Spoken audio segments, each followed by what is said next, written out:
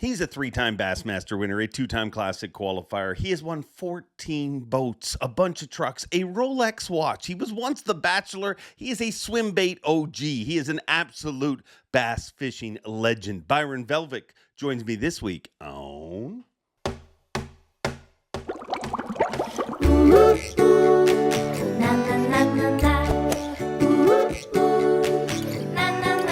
I'm Bob Cobb from the Bassmaster. Welcome to Mercer.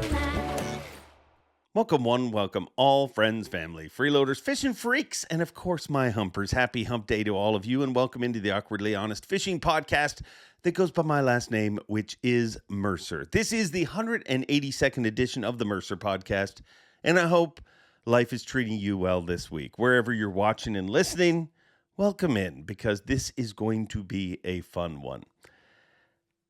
This week's guest is, he's just a fun dude. I mean, I truly have never, ever hung out with him and not had fun. I mean, and some of the most memorable evenings of my life have happened with this dude. He has just lived the most bizarre, unreal, incredible life. And he has stories for absolute days. Byron Velvick. You know, we talked about the Bass Fishing Hall of Fame, and I'm going to tell you what that dude has done for this sport. He deserves to be in there. An unbelievable OG in the swimbait world. I mean, he was throwing swimbaits before swimbait was even a term. So he's a forefather in that. An incredible West Coast legend. But he was actually the Bachelor. And he gets weird about that, where he kind of, you see him not really want to talk about it much, but there's never been maybe a moment in the history of the sport where more people have seen bass fishing than what he did when he was the Bachelor. And the best thing is, he says he's going to talk about everything here today. So we go in a lot of different directions, but that alone, I mean, just think about it. Every major talk show, every major network show, he was on, Jimmy Kimmel, you name it, all of them, Ellen, all of the, whatever you want to compare it to, you don't ever hear bass fishing on them. And if you do, it's generally a joke. Well, he was part of that. And it's amazing what he has done to grow the sport. But more than that, everybody's got that buddy who's just got good stories. Well, he is that buddy. He has stories for days, and we're going to hear a bunch of them. Let's join him right now. The one and only Byron Velvick. Byron Velvick. Byron Velvick, you know what I love about you? When we run into each other, I mean, there's some people you run into that you haven't seen in a while, and it's kind of awkward. When me and you run into each other, it is like literally like we saw each other the day before. That's so true. It's like, dude, there you are. It's been what? Only 4 years or 3 years or 5 years. But it's like coming around the corner and seeing an old friend again. It's been a while. But I'm excited about this show because, moment of total honesty, me and you I've talked to you every time I run into you. I'm like, we got to do a show. But we were standing at the Bass Fishing Hall of Fame with John Murray, and so many stories about you were coming out. And I'm like, we need to just do a show. We need to expose this. I don't know, expose it. I think share it, dude. Like you really have lived a freaking life. Yeah, it's been crazy. People talk about writing some book. Nobody wants to read about me, but when you look back, you tell people what you've done. I'm like, God, it's kind of crazy, all the stuff that's happened. Really crazy stuff that's happened, as you well know. And so does the world. Does it feel fast to you? Yeah, it's fast. It's so fast. And then when you got a little kid growing up and you're watching your daughter grow, it accelerates it, to the 10th degree. And so I'm watching it just fly by. At least I'm embracing every minute and I'm enjoying it, but it does fly by. So yeah, I'm glad I jumped off the tour and got to spend most of the milestones with her. So that's been a blessing to be home with her. Yeah, it really is. I always tell people you'll never regret time you spent with your kids ever. Like you'll never be like, damn, I really wish I had done this. The only thing because there'll be tournament fishing in the future. Yep. Yep. There'll be a lot. I've gone to the Bassmaster Classic. I've won tournaments. I hosted TV shows and all that stuff. And man, once she was born, that whole thing was deflated. It was like, I don't care if I go to another Bassmaster Classic. I don't care if I win another invitational or tour event or anything, or do another TV show. Hosting was gut wrenching to go have to host while my daughter was home, especially when she realized I was leaving. She started crying a lot. That was really difficult. Yeah, it's tough. It's tough. Before you make me feel like a deadbeat dad, let's get into this. You're awesome, dude. You're the provider. You're the man. You're the legend in the sport, dude. I'm just glad to be on your podcast. And thank you for having me, by the way. Of course, always. I have a feeling. I mean, I don't want to jinx this, but I have a feeling that when this is done, you're going to become a show regular. I don't know about that. Yeah, more stories to tell. Let's do that again, D. There's so many. But let's go way back, because when was the moment? I mean, I think everybody that works in our crazy world has a moment when they were kids, some of them when they're older, but they were like, man, I need to figure out a way to do this and do this more for the rest of my life. When was the moment when you said, I got to fish for a living? Do you know what's so cool, Mercer, is that when I saw you at the Hall of Fame thing, you gave me the link to Skeet and McInnes's podcast. And I've known Skeet. We have been close for 20 something years. And I hope he watches this, because literally as he was telling his story, I was like, oh my gosh, we lived parallel childhoods. And it was so crazy. I mean, the silly bass jacket to school, the president of the club fishing, thing, the zero game with any girls. It was Mr. Twister. It was Cotton Cordell, Bassmaster, any patch I could sew on my shirt as a middle school kid. God, I was ate up with it as far back as I can remember. And I loved fishing as far back as I can remember. And man, listening to Skeet's deal was crazy, because I know Skeet really well. But you, my friend, you dug in deep, and you got him down to where I was like, I didn't know that him and I both had the same crazy geeky high school. I mean, not high school, but middle school. Couldn't get out fast enough and get on the water. As soon as the bell rang, you go to the nearest pond and catch anything you could. I loved fishing, or I love the feeling of anything tugging on my line from the earliest age I can remember. There was a magic to being on the water. And my mom told me a funny story. She said, when you were a kid, an infant, you had this fascination. They had a boat in Orange County or Long Beach Harbor. And they said you had this fascination as a toddler of just taking stuff over to the side of the boat, dropping it, watching it disappear in the water. Like, I thought that was the coolest thing. The problem was, I was picking up anything there was on the boat and dropping it in the water just to see it sink. So my fascination with water, and that was not good, because there's parts to the seats back then on those 1960s boats, and I'm dropping the poles in the water and watching them sink. And all I can remember, Mercer, from the earliest days I can remember, I loved being on the water, fishing, and I just knew I needed to make a living on the water. That was it. So when was the first tournament? I was a bag boy. So my dad, like Skeet, my dad left when I was 8 or 9 years old. And I too had the mental block Skeet talks about, where I was completely shut off. And I had a really rough time as a young man when my dad left. And sadly, my mom told me he went on a fishing trip. And then I kept asking, when's he coming back from his fishing trip? Oh, gosh. And yeah, my psychologist had a field day with this stuff, because they're like, when I was in college, the psychology professor goes, that's why you love fishing, because you're looking for your dad. I'm like, oh my God, this is too heavy. This is not the kind of psychology. I don't need this pop stuff happening in college with my professor. But my dad left. My mom told me, he was going to go fishing, and it took a couple weeks before I realized, it was going to be tough. And I fortunately, Dave, there was a guy in the neighborhood just a year or two after my dad had left. I'd ride my bike through the neighborhood, and a guy had a bass boat, a shiny bass boat. And I was walking to the local ponds and ditches and anywhere in Orange County, Huntington Beach, to catch anything. I mean, frogs in the ditch, I would catch them with a worm, and anything that was tugging, And I see this bass boat, Dave. And I go introduce myself, get to talking to the guy, and I open up my local fishing magazines, and the guy's in the magazines. He's a West Coast legend for bass fishing. And I'm 11 years old, 12 years old. Steve Oliver became like a dad to me. He always says we're friends, but man, he was more of a dad to me than I ever knew. And he took me under his wing. And Davey started taking me to tournaments. So I was too young to fish tournaments. I would just be the bag boy. He'd go to the tournaments. We would drive there, and he'd go fish the tournament, and I'd walk the bank and fish the whole marina and wait for the tournament. And then when they came in, I'd run over there and I'd be the bag boy running bags to Mike Folkstad, Fred Ward, Don Ivino, Larry Hopper, you name it, Gary Klein, all of the guys of the West. I was the bag boy, and I'm at these tournaments going, I can't wait to turn 16 to actually fish one of these things.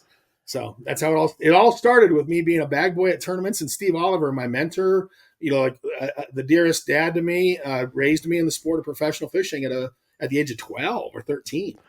It's wild. And I think that's one of the things, a lot of podcasts, it's a lot easier just to focus on some crazy stuff. But one of the greatest things about fishing, and I didn't even think about it till you said that, but I mean, my dad passed when I was 16. And I always say how it's amazing that there was all these mentors that came into my life that I don't know if they would have, if that doesn't happen, you know what I mean? Your situation in life, but all of these people from different tournaments, it wasn't one person like you, but it is amazing. Yeah. That part of the sport, that mentorship that really, I mean, how does a 12-year-old, kid become friend with some of these people outside of fishing? You don't, and No. you're not supposed to, actually, I guess.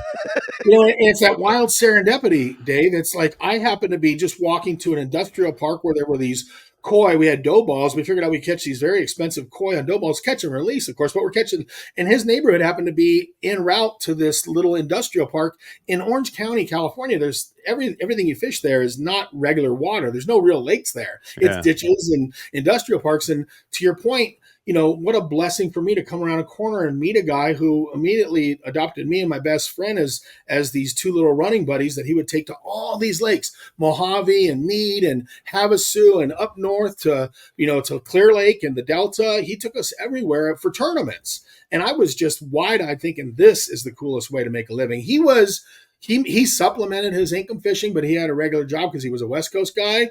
But man, because of him, I started looking, at that golden apple of, can I make a living fishing? Like, could I get that lucky in my life to win enough tournaments to make a living at this? And, I like Skeet, I would have never thought it was possible. And I'm blessed that it became a reality.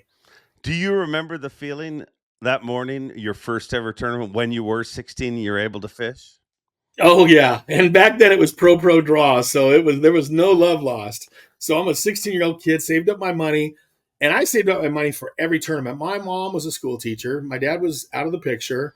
I did not have anything. So I saved up every dollar I had. And I remember that first tournament very well. It was at Lake Roosevelt in Arizona. It happened to be a Roosevelt tournament. And I had Westy worm was the bait of choice. John Murray and I are pretty close in age. And the whole Westy worm was coming out.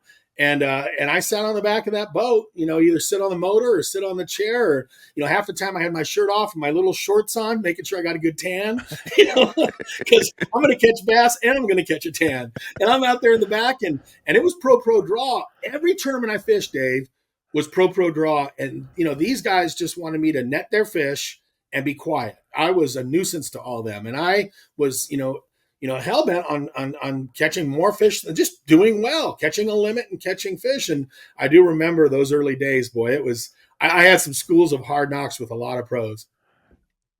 Tell me about those, because, it's pretty timely, because, that's one of the big stories from the Elite Series. We got younger pros than we've ever had, but a lot of people are like, hey, these guys have been putting up with stuff. But I think that that's just part of every competition, whether it's in California, whether it's the elites. I think the bigger the competition, the bigger it kind of gets. But what was the worst experience? What? I can go through so many. I can tell you the learning curves. For instance, I drew Gary Robeson at Lake Havasu, Lake Havasu, super clear water. I'm 17, 18. I'm still in high school, maybe getting ready to go to college. And he goes out with me, and we go to these backwaters, and he's casting, seems to be on purpose and catching these fish, and I'm not catching much. And end of the day, this is crazy. End of the day, I'm 17 years old, so that's a long, long, long time ago. He goes, hey man, he beat me really badly, and I had like 2 or 3 fish. It was a red man tournament, and he goes here, and he gives me his sunglasses, and they're polarized, and I didn't have polarized. This was mind-boggling at 16 or 17. I could see through the water. Like I had these I had the Hobie ski glasses, the Hobie cool looking ski glasses with the cool tint that goes across here. So I'm wearing these Hobie stupid ski glasses. He gives me he shows me, and he goes, here's how you got beat today. Thank you, Gary Robeson, for handing me a pair of Polaroid sunglasses, because I put those on and, fresh 16-year-old eyes, I could see fish 40, 50, 60 feet away moving through dark water. And it was neat to have guys that taught me so much. And some guys were nice, some guys were horrible and miserable, and I had some tough draws, but I also learned a lot because it was always pro draw. And that was so hard to go out there and compete with a guy and have to decide whose boat you're going to take, whose water you're going to fish. Flip a coin. I'll give you an example. I towed my boat from California to upstate New York for the very first Bassmaster. Kevin Van Dam and I started the exact same year. We started the exact same tournament. Wow. Up there in the St. Lawrence River. Lawrence River. I towed my boat from California all the way to New York for the first tournament. I stopped in Texas, and people see the boat and the truck. They go, where are you going? I go, I'm going to New York. They go, New York? They go, there's Lake Fork is 2 hours away. It's Lake Fork. It's the best bass lake in the country. And I'm like, I got a tournament in New York. And they go, well, where are you from? And I go, California. He goes, hey man, this crazy guy lives in California. He's going to New York for a bass tournament. I go all the way up there, Dave. I get on the fish. I figure out the lake is the deal. I draw a guy the first day. He doesn't have any respect for me. I'm from California. I got long hair. I'm just a hippie dude. And he says, no, I want to go up the river to Kensington and fish for largemouth. I'm like, dude, there's a smallmouth freak show going on in the lake. There's 4, 5, 6, 7 pounders eating the paint off anything that moves, up there. And Dave, I fished. We didn't catch him up where he was. So the next day you have to relinquish to the guy you draw. So the story is basically I went there, I took my boat, I found some great fish in Chameau Bay and all the islands out there, and I never got to go back to them, and I never put my boat in the water after the first day. And I towed my boat to New York from California and never saw my fish and never used my boat. And that was brutal to do that. You never got to go back and even fish the fish you found because of the luck of a flip of a coin. And then after the first day, you don't have much weight. So you have to go with the guy that's got weight because that's just the way it is. And so the next day you draw a guy that's got 17 pounds and you got 7 pounds, you're going with him, but he's fishing his fish and you hope he asks you where you caught him.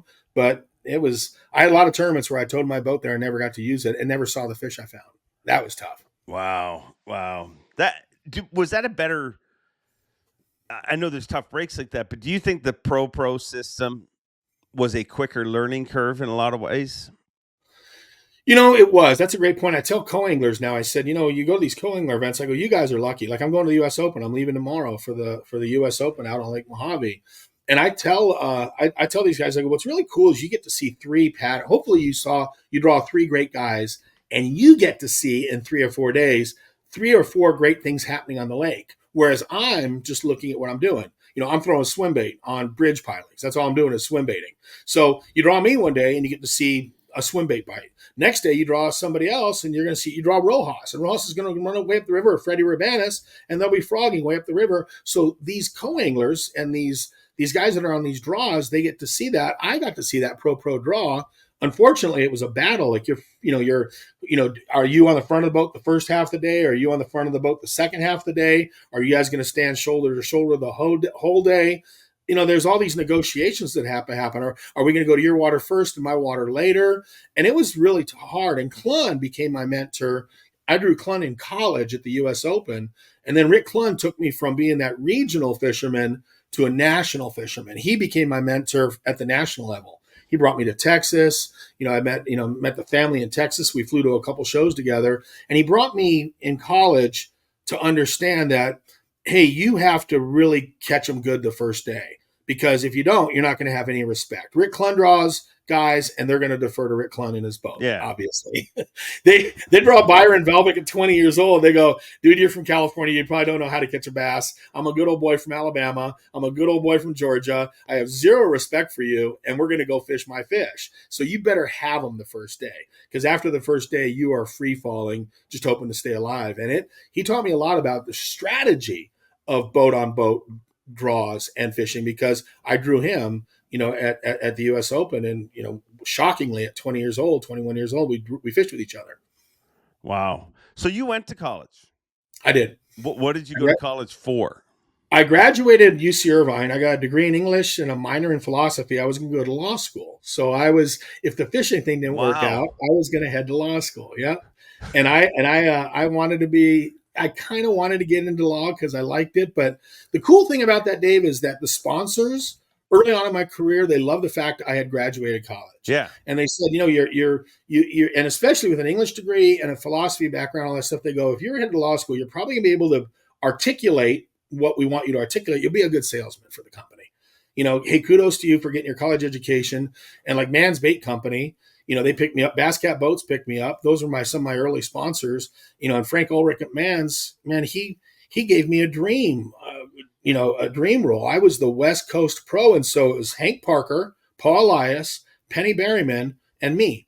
And I was like in a room with Hank Parker, Penny Berryman, Paul Elias, and me. And I'm like, this is the coolest. I'm on this team. Like, I'm on the Man's fishing team and going to the original Bass Pro Shop in Springfield that we were just at, and doing seminars there in front of everybody when there was only one Bass Pro Shop, and rooming with Hank. Hank Parker and I were roommates. So we were at a Residence Inn, and I'm in the loft. I'm sleeping in the loft. Of course, he gets the whole downstairs. I go up the stairs to my loft, but pinch me. I'm rooming with Hank Parker, like at 22 years old, because we're both with Man's Bait Company. It's so cool.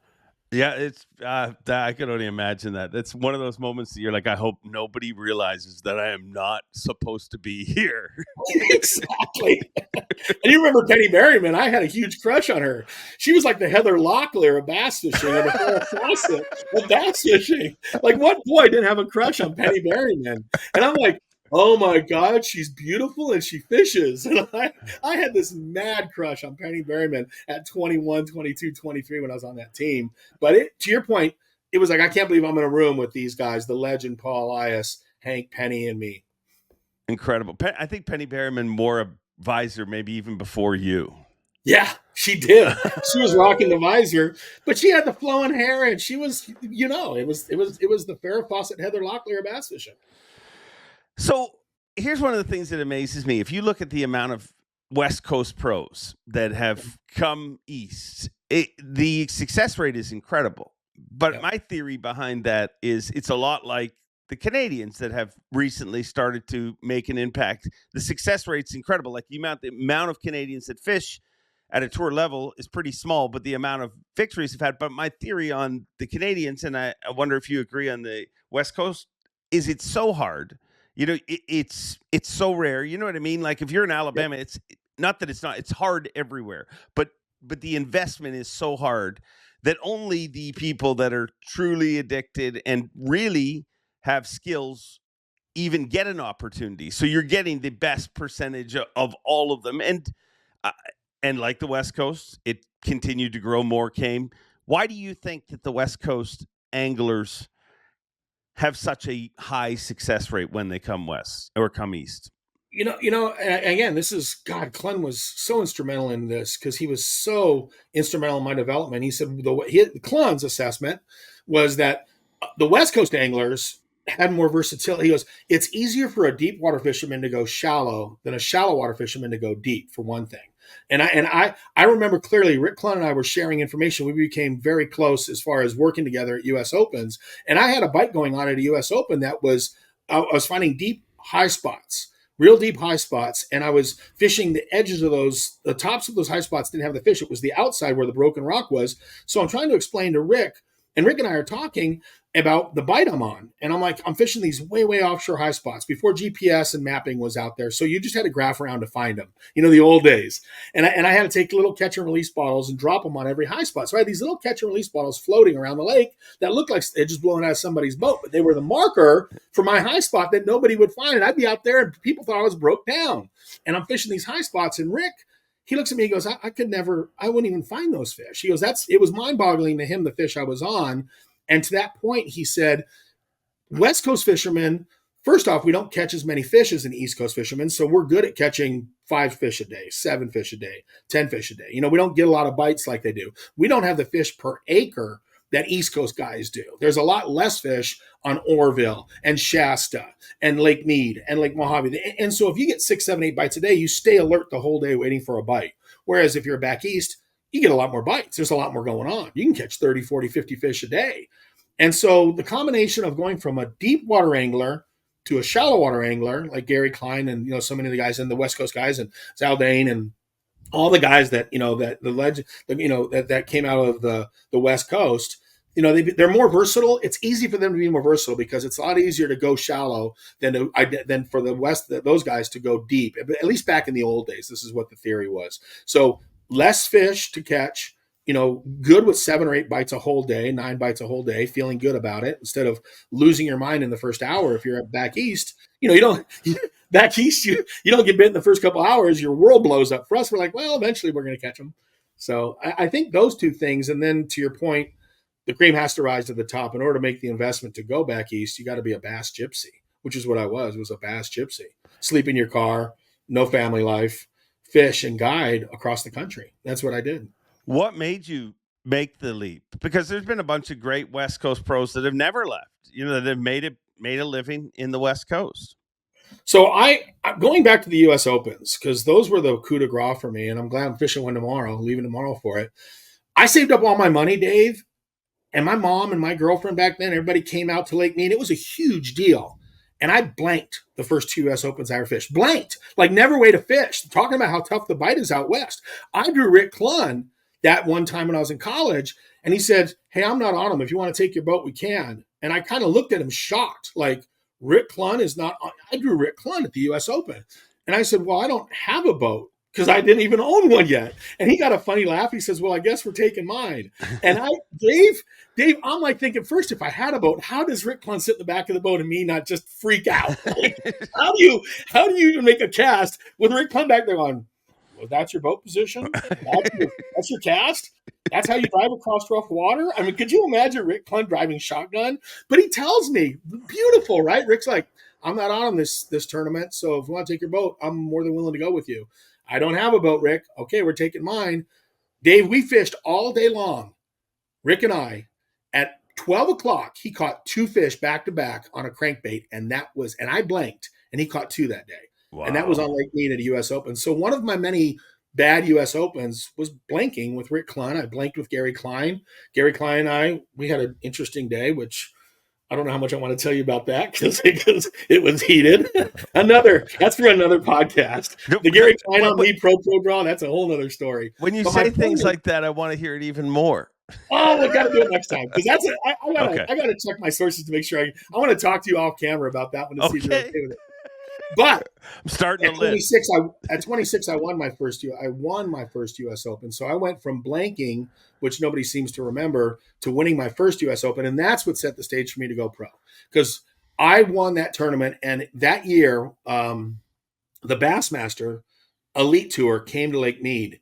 So everybody, Zell Rowland, Denny Brower, Rick Clunn, you name it, Gary Klein, and Stacy King, anybody and everybody that's ever, the legends of the sport were on the lake competing, and they decided to have the U.S. Open directly after that. So this is crazy. I'm going to the hotel at night asking for autographs. I'm like 26 years old, Dave, and I'm at, they're paging Roland Martin or they page Jimmy Houston on the intercom, and I just drop my chips and go, it's like they're paging God at the casino, right? It's like I look around and go, did you just hear them page Jimmy Houston? Like, does anybody else not get what's going on here? And so then they go compete. Well, it was a sight fishing tournament, which became my forte, and that was what I was good at a very young age. And Dave, I'm driving around, there's bedfish everywhere. and I'm watching all the guys from Bassmaster pretty much ignore them. Shaw Grigsby was one of the pioneers of it, but I'm thinking to myself, these guys aren't even finding these fish. So I ended up winning the U.S. Open that year and beating all of those guys, everybody that I had looked up to, and I crushed them. Like, I absolutely crushed them at 26 years old.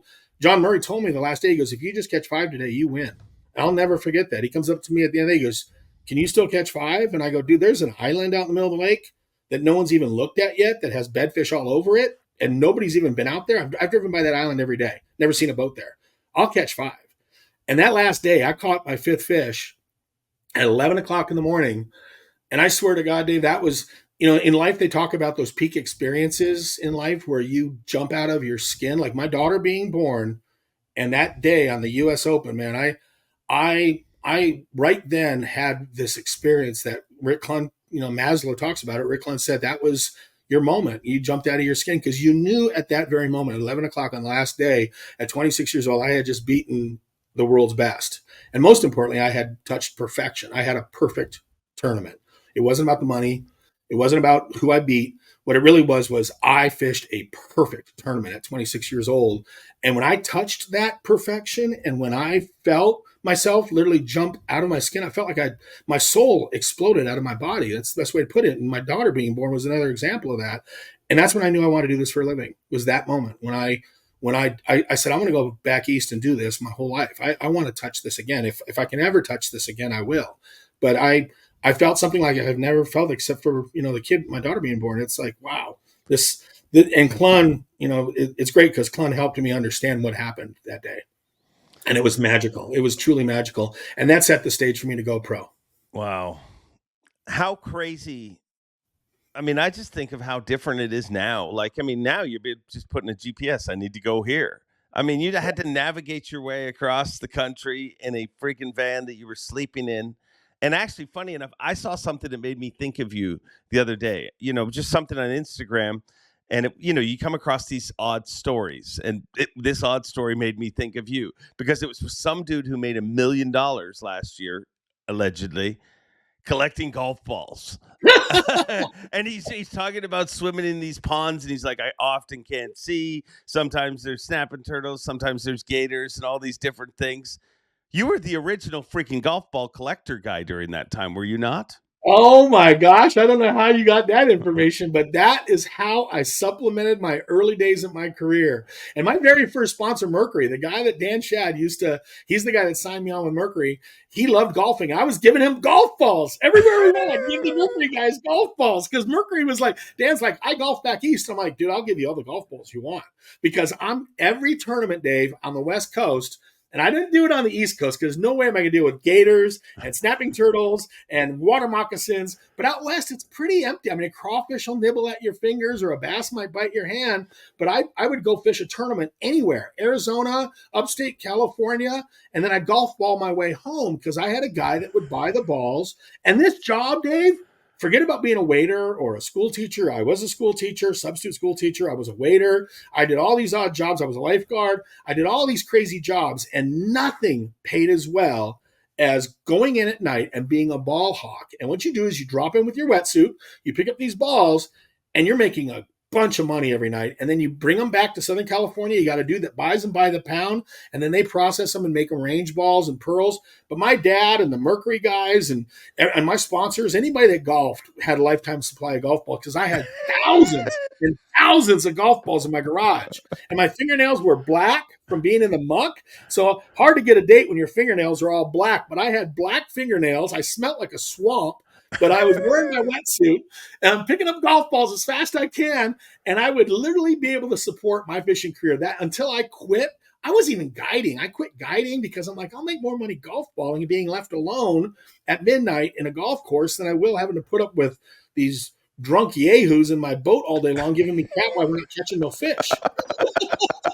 So even guiding is harder than golf balling. But yes, I can't believe you found out about golf balling, but that was my last real job before going full-time pro.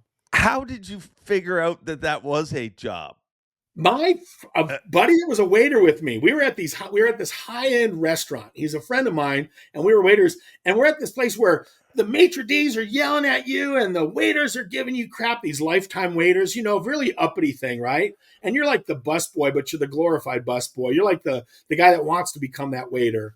And man, we were busting our butt and getting just every night you walk out just full of sweat. Everybody yells at you and your stress levels through the roof. And he goes, dude, I know a guy that buys golf balls here. And he goes, I've made a few bucks picking up golf balls at the lakes around here in Orange County. And he goes, I'm making like $100 a night, $200 a night. Well, hell, that's what I'm making as a waiter is $100, $200 a night. So I go and we start going to these lakes. And you put on the wetsuit, and you pick them up, and as long as you have that guy that will buy the balls, that in bulk, you just show up with these banana boxes full of balls. And the banana boxes, you go get the banana boxes, you get a cloth bag, you put it around your neck, and you're just putting in golf balls as fast as you can. And Dave, I was making $400, $500, $600 a night, and in Vegas one night I did $1,000 a night every night I did it. Wow. No joke, $1,000 a night in Vegas. I was dropping into lakes. And I would put my arm down, and from here to here would be golf balls. I'd put my arm in the water, and I'd be like, oh my, you'd feel them. And you'd be like, as fast as you can put them in the bag, you're like shoving massive amounts of golf balls in your little laundry bag that's around your neck. And when it gets to about 500 balls, 600 pounds, you got to lug it out onto the shoreline and grab another bag. And then I would take all these bags of balls and take them to this guy. And it was not $300 a night was like almost a minimum. And that's way more than a waiter would make. Cash too. You're like $300 cash money every night you golf ball. Forget about any other job. How do I quit that? I don't know how you're still not doing it. I mean, I'm 60 years old. I might get a heart attack. A bag of balls now is going to break. I'm going to throw a hip out. Oh, my hip. It takes balls to be a pro. But that's just, I think that it takes balls to be a pro. A golf ball. The best golf ball joke I ever heard right there. It takes golf balls to be a pro. All of a sudden, just so you know, next time we run into each other, I'm totally getting you to sign a golf ball so I can have it here on the side.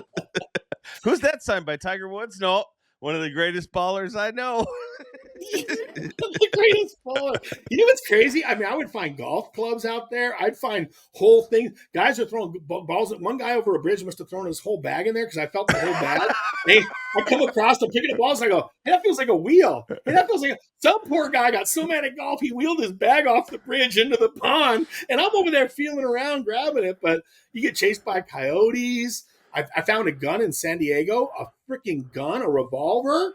And it felt like a golf ball because the handle was like a pearl handle. And I grab it. I'm like, that feels like a golf ball. And I pick it up. I'm like, oh my God, it's a revolver. Like, what happened to that? That was thrown in the middle of a lake in San Diego. Like, it was all corroded and stuff. But that gives you the creeps when you find a gun that's in the middle of a lake in San Diego. You're like, I don't want to know what went down with this dude. Yeah, no. They don't.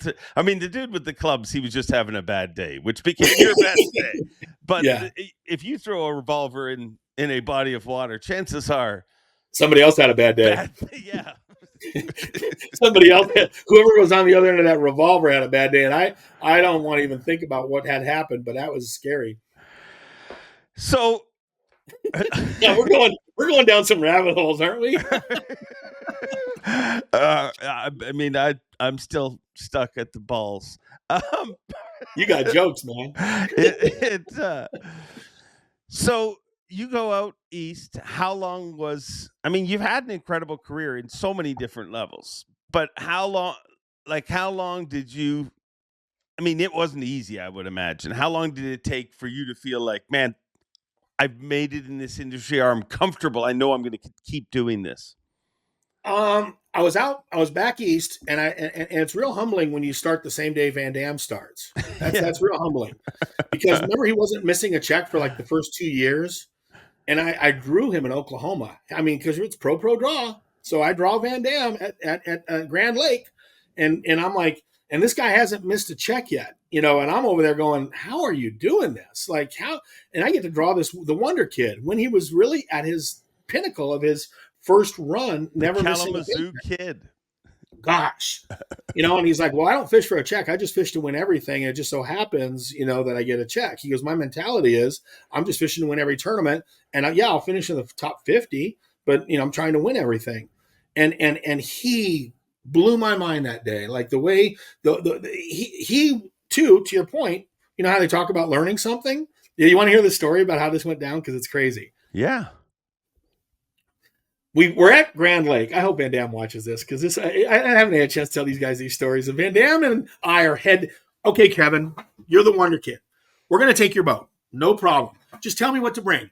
Bomber 7A Fire Tiger crankbait. Oh, I got Bomber 7A Fire Tiger crankbaits. He goes, what pound test? He goes, 12-pound test. Like, he's cool, right? 12-pound test, Bomber 7As. You better bring them. I got you. So we draw him. I'm like, take your boat. Just tell me where to go. Can I bring you some donuts? How do you like your coffee, Mr. Van Dam? You know, what can I do to make the day better for you, Kevin? Let's help me win, too. I don't mind if you win. Let me get second, third, fourth, fifth place. But let's go out and fish together and have a great day. We get out there, and he's getting along these banks that go like this. They just stair step down. And again, no GPS before, not much in electronics. Everything was probably off. And he's firing that Bomber 7A, and he's cranking that thing. Oh, there's one. I'm like, okay. And he brings in like a 3-pounder. So I'm firing. Oh, there's another one, he says. Brings in like a 2-pounder. And we're going, and we're hitting all these banks. He runs through another one. Set Bomber 7A. I keep looking at his bait. I keep looking at my bait. Yeah, they're identical. 12-pound test. And he's firing. Oh, there's another one. And he catches another one. And so we come up to this point that we'd already caught him on earlier. And I know it's a good point, and we're coming up to it. And as we're coming up to it, he fires, and the wind's blowing. He backlashes. And I'm like, yes, backlashes. So he's picking his backlash out. So I just lean over, and I go, throw, point. I touch the trolling motor. I ease up a little bit. I throw. I'm like a 4-cast. And he goes, you haven't caught that fish off that point yet? And I literally stopped, Mercer. I stopped, and I put the rod down. I go right ahead. Because he picks his backlash out. He fires out there. He makes one cast and another cast. He goes, there he is. And I'm like, what in the heck? And it's a 4-pounder. And I mean, this is on the point, right? And I'm like, I don't believe this. He gets a limit. And then he goes, let me see your crankbait. And he takes it, and he bites on it, and he detunes it so it runs sideways instead of straight.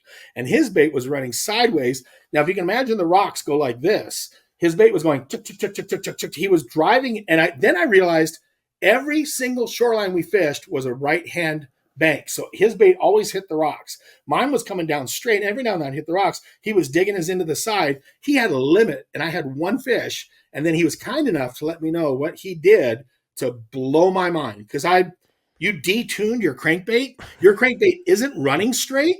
No, it runs at a hard angle, and it hits the rocks better. And he's catching all these fish. And it was 5-1 when he told me that. Wow. Van Dam on Grand Lake. Kevin, if you're watching, thank you. I love you. It was one of those aha moments where I'm like, this kid and I are on 2 different planets right now. Well, was the speed his thing back then too? Like, the first time I ever fished with him, we literally fished a pond. We fished Jerry McInnes's pond. And I mean, I'm fishing a pond, right? I mean, it's a beautiful pond, but it's not that big. You can walk around it. Dude, he walked it 4 times. Like, he circled it. Mercer, got to keep up. And I'm throwing a jig at it like a stump, and he's like, right, there's fish biting somewhere. And he literally circled the pond, and I was just like, I've never seen. I mean, I thought I was fishing fast. I read Bassmaster magazine and heard about this dude, but I was nowhere near at his level in speed. Was he already there at that point? Yes, he was go. And I the only preface to that I had is back when I go back to Rick Clun when I was 20 and he caught 2 fish, I literally tried to keep up with Rick. And I pretended there was a dude on the back that was counting cast for cast for cast with a little clicker, because I was like, if nothing else, if we don't catch any fish today, I'm at least going to make sure that I make as many casts as Rick Clun. Like Van Dam ahead of, later on, Rick was like, and it's just, oh my gosh, is he ever going to stop? Like, he only eats when the boat's running, and he throws something in his mouth till he shuts down. And this was crazy. You remember Rick Clun used to have this trolling motor that had the stick steering on it? It wasn't a foot control. He used to have the stick steer. With the big pedal, you'd have to put your, I forget what it was called, the kicker pedal. A kicker pedal, like a kicker thing, a kicker bar. And here's why. It happened with me and Rick, and Van Dam would have been the same way. We're going down these walls at Lake Mead, and all of a sudden he pushes the button, and nothing's happening. And he stops, and he reaches down, he undoes his thing, he opens his rod locker, pulls out another trolling motor, another exact same trolling motor, throws that one in there, puts that one on, does it up, gets up, and makes another cast. I mean, like in a blink of an eye, I went, the hell just happened? Like, this guy just pulled a new trolling motor out of his rod locker, and we were way up the Colorado River, and puts another one on, and it's a kicker. It doesn't have screws. It doesn't have a foot control. It was just a kicker. And that the ability to have that kicker had a full-size spare trolling motor in his rod locker. You know, when I was on tour for the first 10 years, because of that incident, I carried a full-size spare trolling motor in my rod locker, because if it breaks down in the tournament, you want to be like Rick Clunn. You want to swap it out. Van Dam, same thing. We didn't break down, but that dude never. You could pull a kid behind the boat the whole day. Oh, it's shocking. You look back, and the prop is spinning, and there's water flowing, and you're like, we can pull my daughter back here. She'd have a great time, and we're fishing. But you're just like, chit, chit, chit, chit, chit, chit. And those were the two fastest guys I've ever drawn. It was Clunn and Van Dam. It's wild. It's wild. It's brought that up. Yeah. It's still, you know, when I mean, a lot of people fish fast now. I think that's one of the things that Kevin, I mean, he changed before, Rick Clunn fished fast, but there was people just soaking worms and stuff like that. And then Van Dam came along and literally, but it's appalling. But that's also who he is. Like, if you go on vacation with him, he's like, all right, Mercer, we're doing breakfast now. We're doing breakfast. Well, we've got to clean up breakfast. We're doing this. We're going to go do cornhole. We're going to, you know what I mean? Like, it's. I haven't seen him off the water, but that's funny. I didn't know that. Oh, totally. Like, there's no, I'm just like, we'll just hang out, right? We'll just relax. We got to go TikTok. Yeah, I got the privilege to draw. I can tell you what, that's the best thing, is I got the privilege to draw a lot of pros like Van Dam and Clunn and Guido Hibden, and, you know, oh my gosh, Rojas and I went head to head. That was a battle, and Klein and I were a battle, and man, there were good draws and bad. Folkstad and I, when I set the record for Bassmaster on swim baits, I had Folkstad the last day. So people don't realize, when I caught 83 pounds on Clear Lake throwing swim baits, you know who got second in that tournament, by the way? Take a guess. Who got second? In Clear Lake in 2000. Big hint. He's from Ukiah. What? Skeet Reese. We got second. Oh, sorry. Skeet Reese. Yeah. Wow. Skeet got second in that tournament. But probably loved that. We were all drawing. Aaron was drawing Brett Height. Murray was drawing Mark Risk. You know, you could draw Skeet. You could draw, I drew Mike Folkstad. I drew Don Ivino's son the day before. It was this weird deal, man, where you're drawing your friends or you're drawing your enemies and you're drawing these guys, and man, it's like it's Armageddon once you get out there on those lakes, especially when I had a swim bait. Nobody else did. It was crazy. Yeah, you are. I mean, you hear people swim baiting, and you must make you smile, because swim baiting's become like, you remember back in the day, people were like, oh, he's a jig fisherman. That's a jig. Like, that was cool. It was Danny Brower's a jig guy. Yeah. Swim baiters have become very cool. But dude, you were a swim baiter before the term even swim baiting was an actual term. Isn't that crazy? And that was pointed out to me by some friends of mine out west. They said, you used to go to Bass Pro Shop or anywhere, there was no such thing as a swim bait. It was an ocean lure. It was a saltwater lure that we were using to activate bass that were eating trout in the lakes where they were stocking trout. It all started with activating either a bed fish on a bed with a big bait that looked like a carp. If you had a swim bait that looked like a carp, just to make them mad, then you throw your Gitsit in there. Like, you just get them fired up, but you throw your Gitsit in there. It was like a decoy. It's just for those of you younger viewers, a Gitsit is a tube jig. Good point. Google gets it. I forgot about that. A tube. Kind of a tube looking thing like my thumb. Used to be a bed fishing bait. But swim baits, man, back in the day, those fish, honest to God, Mercer, they would chase it to the boat and they would eat it off the side of the boat. They were so believing your swim bait was real, because they'd never see anything. There was a time, and I know you know this, us bass fishermen thought a super spook or a DD22 was as big as it got. Yeah. I can't believe they're eating that super spook. I can't believe they're eating that man's 30 plus or that DD22. And they were at the mind blowing part at these baits that were about that big, about 6 inches, 6 inches, 5, 6 inches, over 7 inches. Forget about it.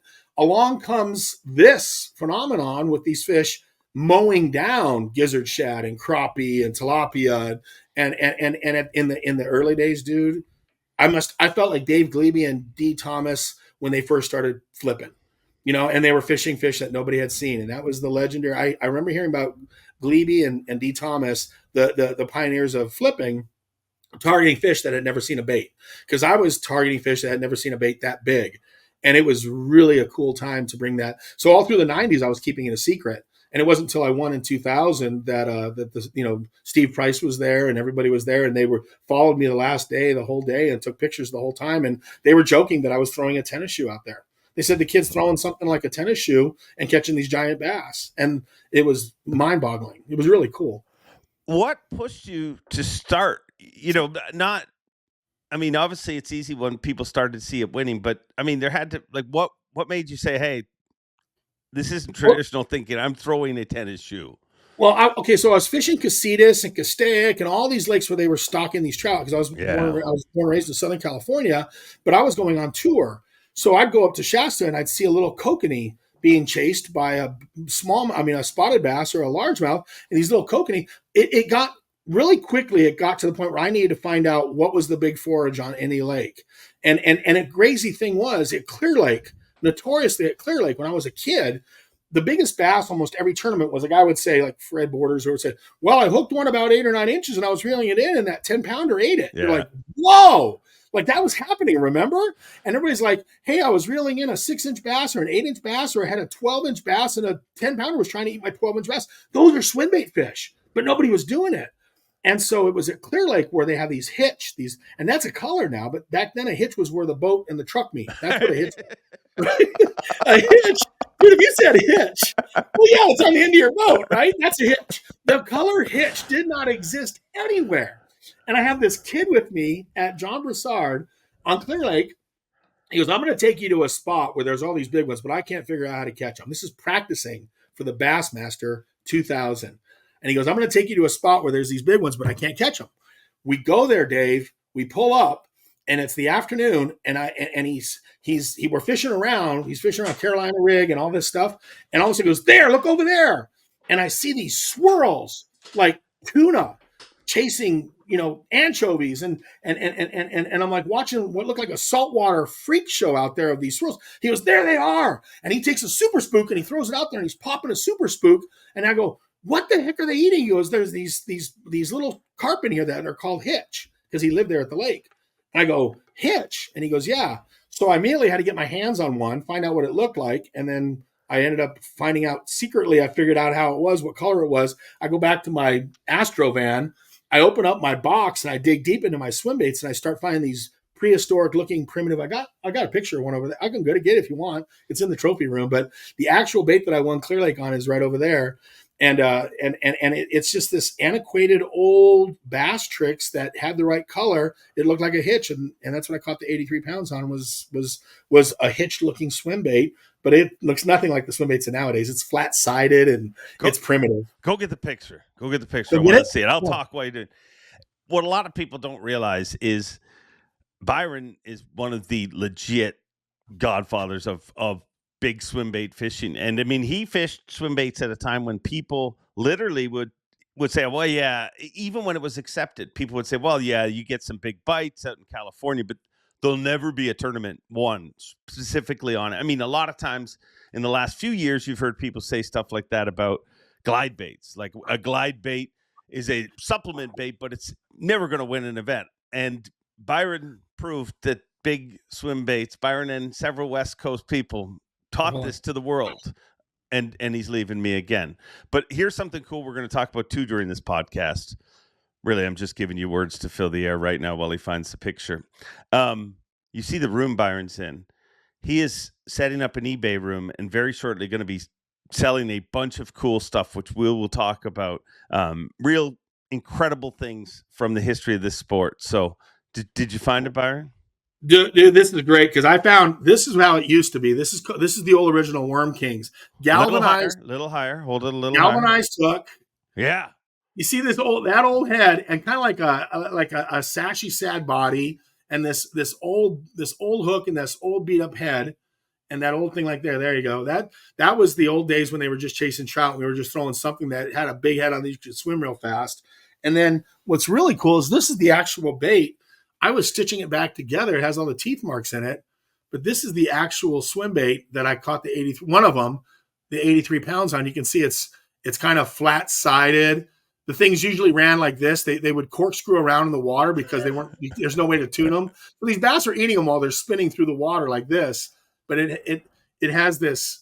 You can see where I was taking fishing line and trying to sew it back together, and all the teeth marks in it. And these things were my baby pets right here. They knocked the eyes out of it. It's supposed to look a little bit more like this, but that one got the eyes knocked out of it. Has lead blush, and these are old, flat, ugly. But that's the exact bait that I did the 83 pounds on right there. These things. Dude, I don't know how to tell you this, but remember when you were growing up and some old guy would like pull out like the original Rapala and be like, well, we used to rent these.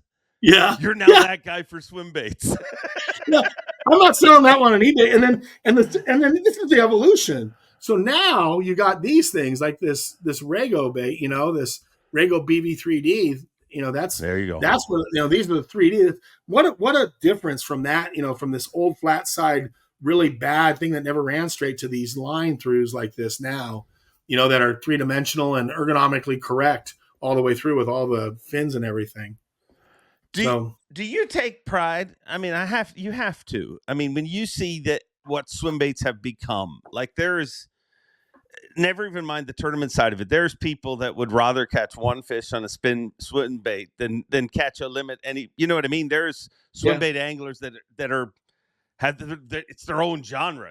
But do you take pride in that, knowing that, I mean, you are a very cool part of the history of swim baits? Yeah, it's really neat. And when somebody remembers, like, dude, I was a kid and I learned everything I learned about was they got my VHS video. Like in the early 2000s, I did a VHS video on swim baits. And they're like, I watched your I read your article from 2003, 2004, and you inspired me and beyond. And even when I was at the Bassmaster Classic for Mercury this last time, I'm doing the casting thing, and these guys walk up and they go, "You've cost me hundreds of thousands of dollars." I'm like, "What?" And they go, "Because of you, I've spent hundreds of thousands of dollars on swim baits." And then they break out their mothers and their, these $400, $500, and they're crazy. They're ate up with it. And they go, "Man, when I was in high school or junior high school, I heard about you, read about you. I watched you win the second time I won the Clear Lake tournament. Zona was with me in the boat, and everybody remembers me buttering the toast. I was taking that gel, and I had a paper plate, and I'm buttering that toast, I call it, when I'm buttering up that BV3D, the BV3D swim bait, and I'm throwing it out there, and guys are like, "I'll never forget you buttering up your swim bait and firing it out there and catching those giants and winning Clear Lake the second time, another swim bait bite," So it's really neat, and it's flattering to know that you were one of those guys. I guess that's what Denny Brower feels like when he hears about flipping, or, some of those guys that were the pioneers of a certain technique, because they were the guys that started it, the jig fishermen and the just different techniques. It's awesome. Paul Elias with a Alabama rig, Yeah. Well, Paul's got that. Every time he hears Alabama rig, Paul can look back and think about the day he was throwing it. Nobody knew what he was throwing, because that was made with my swim bait. Yeah, Elias actually is one of the most, I don't think he gets the credit for being as innovative as he was throughout his career. I mean, you look back at kneeling, reeling days, you know what I mean? Like, what about that beard? You tell me about the giant Amish beard, man. I mean, he looked like an Amish guy out there kneeling and reeling, right? Like, people have to look at that. Google early days of Paul Elias, because, man, legendary stuff. Yeah, no. Duck Dynasty stole Paul Elias's gig. They stole his look. Duck Dynasty stole Paul Elias's look. What's the most you've ever spent on a swim bait? Oh, I haven't gone crazy. I believe that my baits, everybody asks me about these new baits, and I've heard stories about them. I spent about $100 on a few baits that I needed to get back when I was on tour. Since I retired in 2016, that's why I got all this eBay stuff. I got more stuff here than I know what to do with, and I got to sell it. People appreciate it. You put stuff on eBay, old swim baits, some of the true tungsten frogs, or stuff that they don't make anymore, a bunch of wave worm stuff. Guys are like, "Dude, where did you get all this wave worm stuff?" Well, I used to be sponsored by Wave Worm, and I got giant buckets of it, And there's stuff now. What's neat is when you're doing eBay, people are buying all your swim baits for top dollar because they don't find them anymore. They don't see them, and I'm never going to use them. I got my daughter to raise, and she's got to go to college still, and I'm pretty much I'm with her almost all the time, taking her to school, picking her up, going to her volleyball games and everything else. So I'm not fishing competitively except for 1 or 2 tournaments a year. I don't need to buy an expensive swim bait anymore, and I'm out to have fun and enjoy a few tournaments and get rid of all this tackle I got to get rid of. Well, So when does that start? You're after you get back from the U.S. Open, you're officially going to open the eBay store. I got it. I did it a bunch of years, and I stopped doing it this year because I've been so busy with my daughter. But Christmas time, the hard part with eBay is, you got to send it. And if I'm going to go away for 2 weeks, it's difficult to post stuff. But I'm going to do it as soon as I get back from the Open. I'm just going to start listing a bunch of, I got Rick Clunn signed a whole bunch of crankbaits in his old Pose box, so I got those right over there. I got those Rick Clunn Pose crankbaits. That I'm going to sell, and just a lot of cool stuff. And for me, it's neat I enjoy people saying, I can't believe you still have that. Yeah. How many more do you have? Can I buy all that you can find? Well, let me go look at, buddy. I'll see if I can find more of them. The little man's 1 Plus, the -1 and the 1 Plus and all that. And just baits that people love that they can't find anymore. And I don't have any use for them. Yeah. And I mean, that the best thing to do is, there's people that desperately are searching for them. The worst thing is to think, nobody wants to, that dude's got a garage full of them. So yeah. It's a good time to sell it around Christmas time, and I need to get back into it because it's a lot of fun. And it's also, I take my daughter to school, I drop her off. If I don't have the U.S. Open coming up, I just come home and I can start putting stuff up on eBay. Very cool. Byron's Bunker, by the way, if you want to put it out there, put it on there, whatever. Byron's Bunker. Byron's Bunker. All right. That's it. Easy, right? Because I got a bunker full of tackle. It's easy. I'll be checking it out for sure. If you want anything, let me know. I will. Trust me. I'm not shy. I got loudmouth bass and bass center heads. You want one of those? Right here. Hold on. Look at this. Byron's Bunker is legit. This is the bass center head. I also have loudmouth bass. I got a whole bunch of these bass center hats. Ken Duke wanted me to sign one for him, but this says ESPN's Bass Center on the back. Damn. And I got loudmouth bass one too, so I need to get you one and have Zona sign it for you with Kumar. Yeah. I'll get you. I got a whole bunch. I got loudmouth bass. They gave us these to give out, as a promotional thing at the Bassmaster Classics. But those were the glory days when ESPN was doing Bass Center. That's awesome. I got boxes of those things up there, and I'm like, oh man. So Ken Duke was like, Terry Battisti and Ken Duke are like, please send me some of those, and I did. So I'll send you one, Mercer. All right. If you want anything else, I'm going to send you one of each. I want one of each. I do. That is super cool. Get Zona to sign it. Oh, for sure. Let's talk about the ESPN days, because did you were part of something really, really special? Here, I don't know if I've ever told you this story, that I was this close to being part of. So no way. 100%. Not any of the.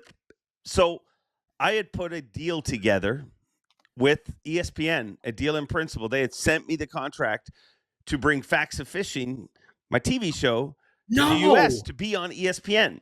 And then in the Saturday morning block, the block that we had on Saturday mornings? Yeah. Oh, how cool. But here, this story of my life, I'm always this close to greatness. And then I got a great life, but there's always this little caveat of shit. You're great. Don't sell short. You're the man, dude. You're the man. But I had a contract, and Tom Ricks, I think. Yeah, Tom Ricks was in charge at that time, and he called me up before I signed the contract. And he said, I just want to let you know, we just got some news that they've got the rights to European soccer, and European soccer is going to take over the Saturday morning block next year. But this year, he said 75% of ESPN Outdoors is going to be preempted. So he said, I got to let you know. He said, your show will air. Like, I mean, dude, I'm like, wow, I'm going to be on ESPN. Like, I mean, it was huge for me. And then I had to come crashing down when he said, hey, and I'm thankful that he said that. It was on, could have signed the contract. And I mean, you can't be a new show in a new market and be preempted 75% of the time and expect to be successful. So I was this close to being part of ESPN Outdoors, but you were actually part of ESPN Outdoors, and it was a special freaking time. It was, man. I mean, what a dream come true to be. At first they started us in the suits. Yeah. It's kind of like this. Like I'm wearing the suit, but from here down, I got my comfy shorts on, my slippers, So I feel like I'm on ESPN right now because I used to wear the suit, but then I had flip flops and shorts on, like all of us. And so we're all dressed up here. Me and John Kernan, our Bass Center. The first time they ever lent the name center to anything. Yeah. They never had Soccer Center or Football Center or Baseball Center. They had Sports Center and Bass Center. And that's why that hat is so cool, because it's like that was the only time ESPN did that. But it's Mercer. It's crazy because what you're talking about, I was fishing full time on tour. I was fishing Bassmaster, and I was in one of the tournaments. And what would happen is if I missed the cut, they would either shoot me. They would have the camera shoot me there, or they'd fly me into the studio for the Friday night taping and Saturday morning airing of the show, because we tape it Friday night. I'm back east fishing somewhere, don't remember where, and I got the call, and they said, "Hey, we canceled the show. We canceled the whole block." And I'm like, "What?" And they go, "Yeah." And I go, "Well, the camera guy, Jerry Goodman, my producer, all my camera guys, my friends and everything," they go, "Yeah, no, you don't come back. We're just going to put all your stuff in a box and send it to you. You're never coming to the studio again. We canceled the block, and we went with soccer. They did the international soccer thing, and the outdoor block was cut, and it was a phone call, and it was effective immediately. You're done here, and you don't need to come back to Charlotte to shoot anymore, and we'll just put everything of yours in a box and send it to whatever address you want." And I have not seen those guys since my last show. Wow. I have not seen my producer and my friends that were the camera guys and the sound guys. And we had this huge family for 2 years, and then all of a sudden one day they give you the call and you never see those guys again. It was crazy to me to never see John Kernan, my co-host, or anybody ever. You've never seen him since then? Not since the day we got fired. Last time I saw him, we did a show. I've never seen him since then. I've never ran into any of them anywhere. Wow. And that's really surreal, because you were this tight-knit family, and suddenly your stuff is sent home to you in California or Nevada at the time, and that was it. But I loved it when it was happening. Like, it was the coolest thing in the world to be doing Bass Center on ESPN. And God, what an amazing 2-year run that was. It was really cool. I wish, I was sad to see it go, along with, Jay Kumar and Zona with Loudmouth Bass, and then the fishing garage, the Monster Garage with Swindle and everybody, and they're redoing Swindle, Marty Stone. Who else was in that? Jason Quinn, wasn't he part of that too? And Chigger. So, Chigger. Chigger. And it was like Jesse James, Monster Garage meets bass fishing. Do you remember that? I mean, and here's the thing, Dave. Right afterwards, Outdoor Channel was talking to me about doing more shows. I ended up doing more shows on Outdoor Channel, NBC Sports, but they were like, "Can you get Bass Center, or can you get Going Coastal?" Because I had Going Coastal on ESPN too. And they said, "Do you have any ability to get it?" And ESPN will not give you anything. Even though you were hosting it, they would not give Ish the name Yo Ish. Remember the show Yo Ish? Yeah. He couldn't get ESPN to let him use Yo Ish ever again. Wow. Like, not only could I not get Going Coastal, what are they going to do with it? They branded it. They stuck it in the Smithsonian of bass fishing. It's like the Lost Ark. It's in a museum somewhere, but they shelved all the Going Coastal shows I did, which was awesome. Inshore show with JM and Associates. But I had the saltwater show on Saturday mornings as well. And ESPN just put it all away, and you can't touch it. You can't even own it, even if you're the host of it. Wild. You can't buy it. It was a wild time. I mean, so living in Canada, we didn't get ESPN, so we couldn't watch it. But I literally had a dude who would send me VHS tapes once a month. He'd record them all and send them to me. So you were watching it. You were bootlegging it. Oh yeah. No, I mean, it was long before illegal satellites and things like that. I mean, technology has evolved, but yeah, we couldn't even get it. But I was that obsessed with all of that I mean, you were in the business. I mean, you had a show, so you must have been eating it up as a host of a show and having your own show. That's like getting to watch, great TV production for yourself and saying, "Hey man, this is neat to see what's out there." Yeah. It was a wild time. Zona always tells me stories about crazy producers, like ideas that would come out, like we should do that. Like, he tells a story about somebody pitched them, for bass. They were like, "Here's what we want to do at the Classic." Oh, I know this one. You come around, Kevin Van Dam's fishing, and then he comes around the corner, and lo and behold, there's Troy Aikman or Deion Sanders, and they're in the Bassmaster Classic. Oh God! What was the craziest idea that you were ever privy to from ESPN producers? I thought you were going to the cooking one, because there was a classic. There was a classic, and they wanted to have a let's do a cooking one where we catch the bass and we cook them, and we do like a shore lunch.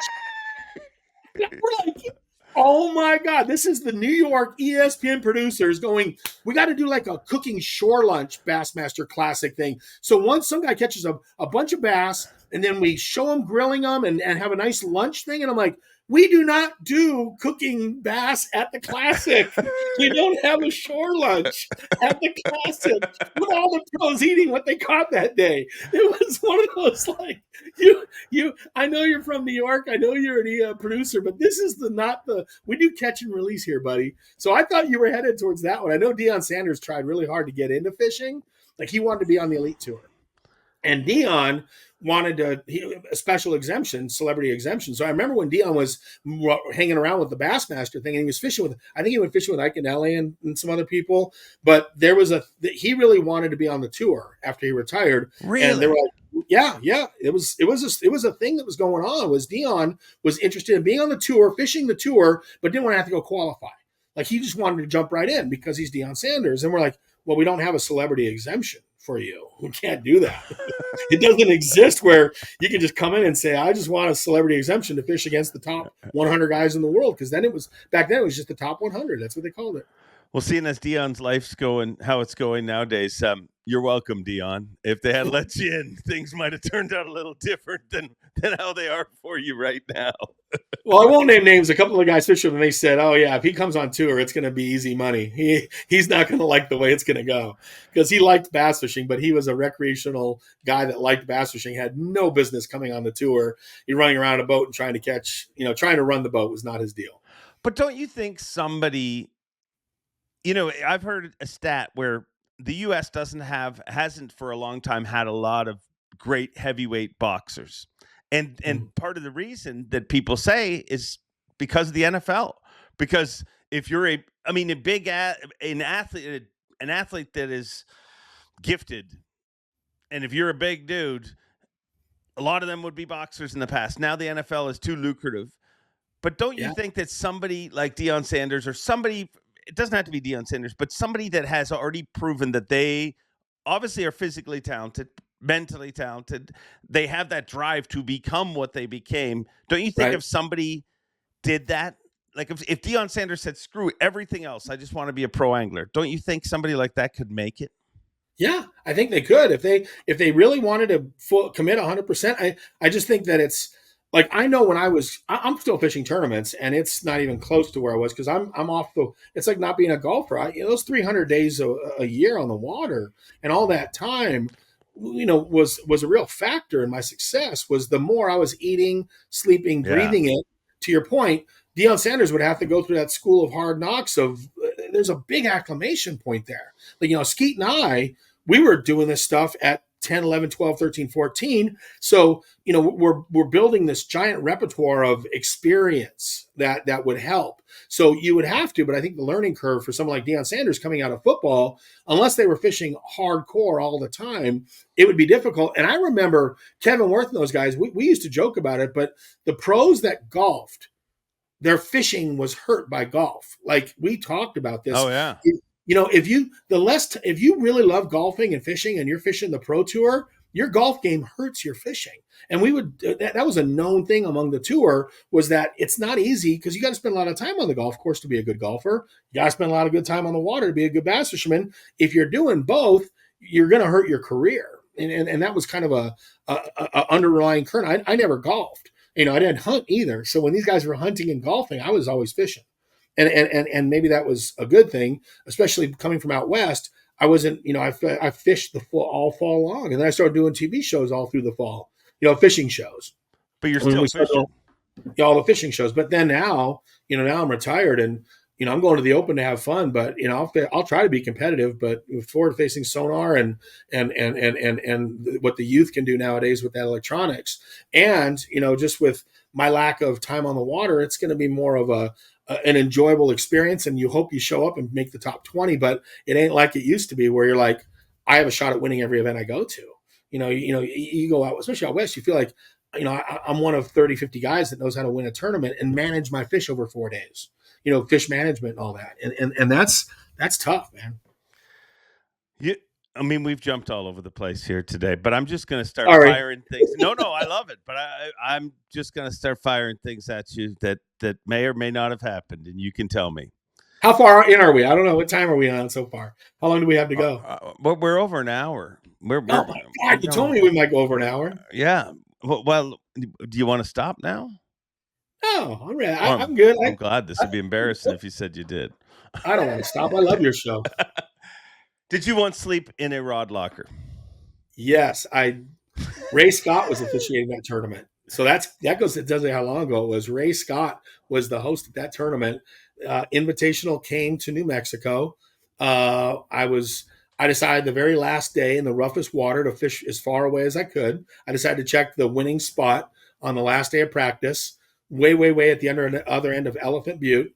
As I was running back, my right height jack plate, which they were known for this, they were putting really cheap bolts in their jack plates in this one particular run that they had made. And so this was not the first time it had happened to somebody. I didn't know anything about it till it happened, but my bolts sheared and my motor went underwater. And I could hear the motor running underwater, which was crazy because it literally went down. It was blub, blub, blub, blub, blub, blub, blub, blub. But I look back, and I'm like, I have no motor left. I thought it fell completely off. Like, I look back at the boat. I'm like, geez, what happened? You hear a bang, and it sounded like the Titanic. And the motor tucked under the boat, and I ended up having to trolling motor to the nearest protected cove, which was scary. And the winds were horrible. The waves were awful. I had this little trolling motor. Back then, no cell phones back then because they didn't have cell phones. Obviously, no GPS, no mapping, no nothing. I did not have a flare gun in the boat. I wish I had. I carried one with me, like the spare trolling motor. I carried one with me all the time after this happened. But I ended up crawling into the rod locker of my boat to try to stay warm because I knew they weren't going to find me. I didn't think they were going to find me, and I didn't know. And the tournament started the next day, and I never made it to the registration. People were wondering, has anybody seen Byron Velvick, heard of Byron Velvick? Anybody know where he is? My girlfriend at the time was there, and there's my boat and truck in the launch ramp. At 10 o'clock, 11 o'clock, 12 o'clock at night. So there's the boat and truck the boat and trailer sitting there, and I'm out in the middle of what was a horrible, horrible storm. That hit Elephant Butte that night. And I think they clocked winds up to 90 miles an hour at the airport. And they sent out this Coast Guard cutter type boat. And that's the boat that eventually found me. Wow. Yeah. It was crazy.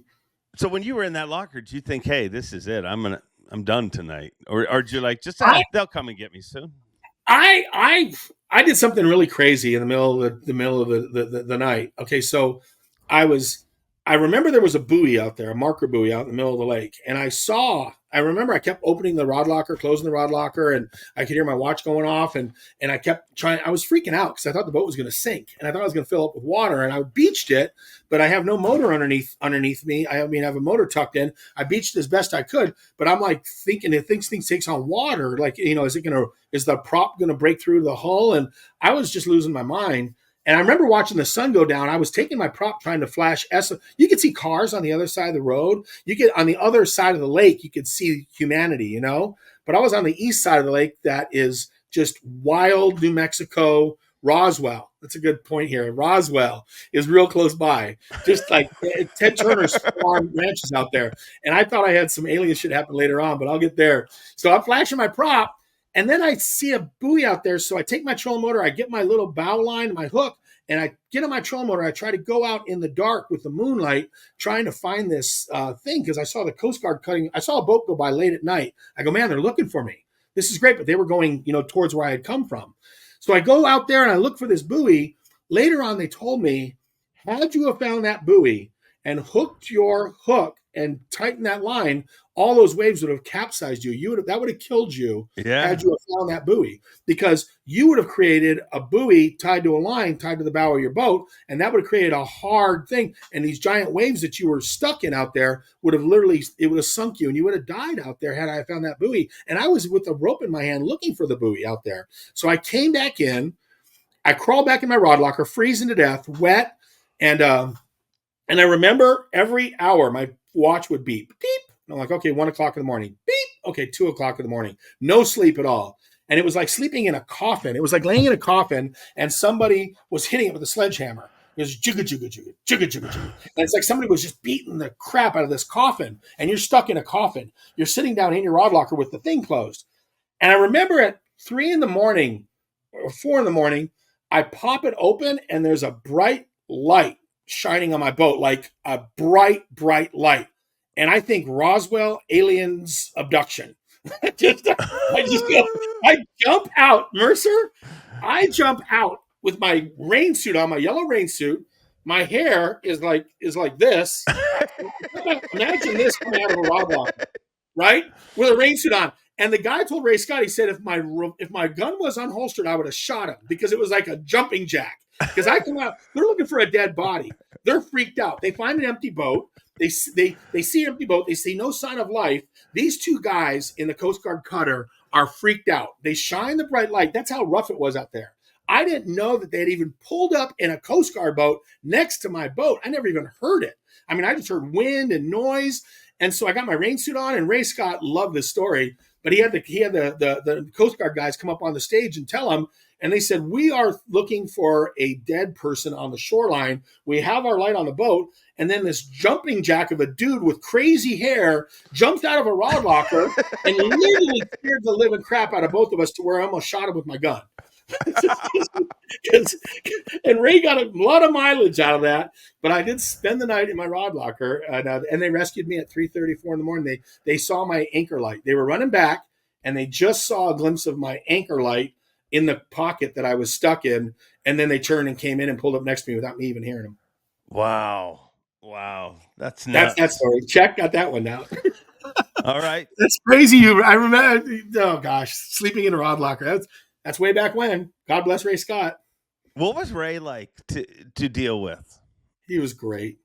He was such a great man. He was so nice and so supportive of young anglers. You know, he knew that we were the young guys coming up and trying really hard to make it. And he knew that we were struggling with the, it's hard because those guys are legends and you're drawing the legends and it's a pro, like I said, situation. And he was very, very supportive, very kind, and always, he remembered your name. He remembered your family name. He remembered, and he would just immediately connect with you and personalize the conversation, knowing that he clearly remembered you and remember your story. Hey, Byron, how's, Huntington Beach? Have you gone surfing lately? I'm like, oh my God, Ray Scott just asked me if I went surfing lately, from Huntington Beach. It's like, how cool is this guy? And he was just a wealth of information. And I love talking to him and spending time with him. I was blessed to have known him. Yeah, he's a truly amazing man. I mean, any conversation I ever had with him, but I had conversations, with him, a lot of conversations later in life. I just always wonder, how he was when he was running things. You know what I mean? When he was the Bass boss, an incredible man. Without him, none of us have a freaking job, is the truth. No, he was something else, man. And all those guys, I remember Tim Tucker? Of course, yeah. You know what? Tim was so cool because he would always do articles about me with swim baits. He goes, and it was always like, will these things ever catch on back east? He was really, really trying to figure out, he goes, is this just a regional thing? Is this a one-trick pony? And he always was interested in the phenomenon of swim baits, of all things. And he would write articles. He goes, I just don't know if it's going to make it, east of the Mississippi, if it's going to be anything outside of California, Nevada, Arizona, maybe, but will this ever become a national trend? I mean, and I remember having long conversations and doing articles with Tim, who was this fantastic writer, tragically passed way too early in a car accident. But these guys were the guys that, were so, they were so supportive of you when you were trying so hard to make it. And sponsors need Mercury and, Basscat at the time and everybody else, they want to see that editorial stuff. And these guys gave it to you. They gave you a chance to have a voice long before The Bachelor and Bass Center and all that. When I was just praying, somebody would stick a camera in my face, like praying I'd get a honorable mention in an article. So when they would seek you out, Bassmaster would seek you out and give you some print and take a picture of you, you were like, oh, thank you. I can legitimize myself with my sponsors because I'm trying so hard to make it. Tim Tucker was an incredible man, way ahead of his time, really. Like I remember he had the original. Remember he came out. He had like a newsletter that you had to subscribe to, and that's the weird thing now. There's so much it's force fed with a fire hose now. The amount of content and everything you get, but back then, you had to subscribe to get any little bit of knowledge, of behind the scenes and what's going on. And I believe Kevin's told me that Tim Tucker created KVD. I mean, he was the guy who started KVD, which pretty incredible. He was amazing, and he was ahead of his time, and he was always wanting the cutting edge. Like if you were doing something, he didn't want the run of the mill stuff. And that's where, with me, it became a swim bait thing with him, is that he was wanting to educate people through his newsletter, but he was looking at what is working now and how can my readers, my audience, Tim Tucker's audience, catch more fish from you guys. He was that one trying to make that happen before anything else. Like, it wasn't just about the tournament standings. It was, hey, help, whatever technique is the hottest technique going. He wanted to know everything about it. Well, speaking of doing things before everyone else, did you once tell me what is connected to the story of you cutting a train track down? Another good one. Back in the day. God, should we save that for another one of these? Because it's a long story. Okay. Okay. Well, I got it, because that one's going to involve. Oh my God, that involves Roland Martin, Randy Blockett, Dewey Kendrick, Trip Weldon.